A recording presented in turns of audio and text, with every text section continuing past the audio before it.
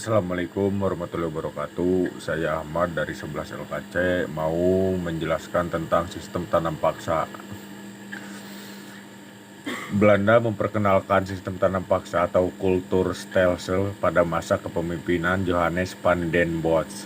Sistem tanam paksa adalah sistem yang mengharuskan rakyat melaksanakan proyek penanaman tanaman ekspor di bawah paksaan pemerintah kolonial Belanda.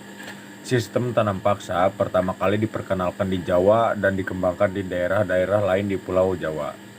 Di Sumatera Barat, sistem tanam paksa dimulai sejak tahun 1847.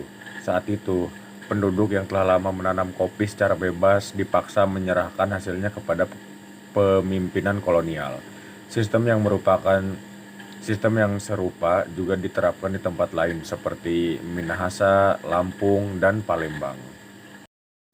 Latar belakang sistem tanam paksa oleh pemerintah kolonial Belanda dilatar belakangi oleh sejumlah peristiwa berikut. Belanda menghabiskan biaya yang besar karena terlibat dalam peperangan di masa kejayaan Napoleon Bonaparte di Eropa. Terjadinya perang kemerdekaan Belgia yang diakhiri dengan pemisahan Belgia dari Belanda pada tahun 1830. Belanda menghabiskan biaya hingga sekitar 20 juta gulden untuk menghadapi Perang Diponegoro. Perang Diponegoro adalah perlawanan rakyat jajahan termahal bagi Belanda.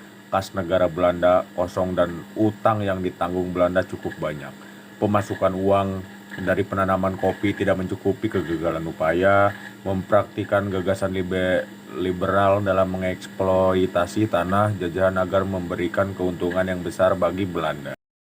Dan beberapa aturan dibuat dalam melaksanakan sistem tanam paksa. Aturan sistem tanam paksa yaitu persetujuan akan diadakan dengan penduduk agar mereka menyediakan sebagian dari tanahnya untuk penanaman tanaman ekspor yang dapat dijual di pasar Eropa. Tanaman pertanian yang disediakan penduduk untuk tujuan tersebut tidak boleh melebihi 1/5 dari tanah pertanian yang dimiliki penduduk desa. Pekerjaan yang diperlukan untuk menanam tanaman tersebut tidak boleh melebihi pekerjaan untuk penanam padi. Tanah yang disediakan penduduk tersebut bebas dari pajak tanah. Hasil tanaman diserahkan kepada pemerintah Hindia Belanda.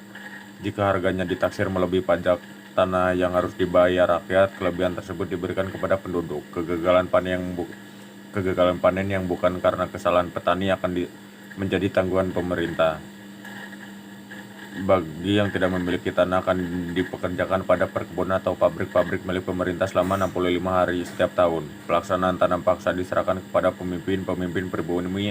Pegawai-pegawai Eropa hanya bertindak sebagai pengawas secara umum.